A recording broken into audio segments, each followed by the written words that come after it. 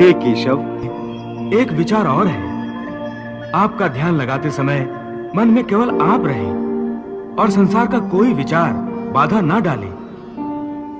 इसका कोई तरीका तो होगा?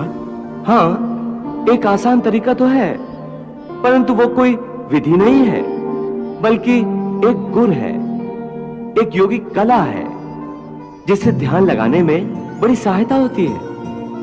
वो आसान तरीका, वो योगिक कला क्या है मधुसूदन?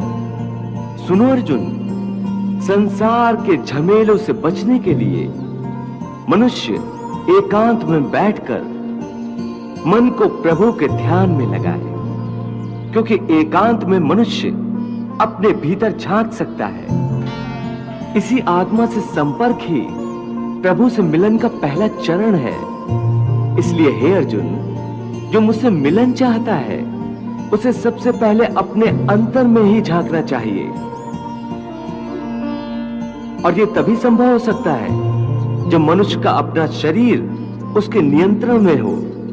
यदि देह काबू में ना हो तो मनुष्य को ध्यान लगाने का उद्देश्य नहीं मिल पाएगा। हे अर्जुन, जब तक मनुष्य अपने अंतर की शुद्धि नहीं कर लेता, परमात्मा से ना तो संपर्क कर सकता है और ना ही आत्मा परमात्मा में लीन हो सकती है। और यह भी समझ लो कि जब ध्यान लगाने का पहला उद्देश्य, क्योंकि अंतर शुद्धि है, इसलिए वो स्थान भी पवित्र होना चाहिए जहां ध्यान लगाया जाता है। परंतु वो मनुष्य मुझ में ध्यान नहीं लगा सकेगा जिसके जीवन में संतुलन ना हो। ध्यान लगाने में सफलता के लिए मनुष्य को संतुलन का पालन करने वाला होना चाहिए।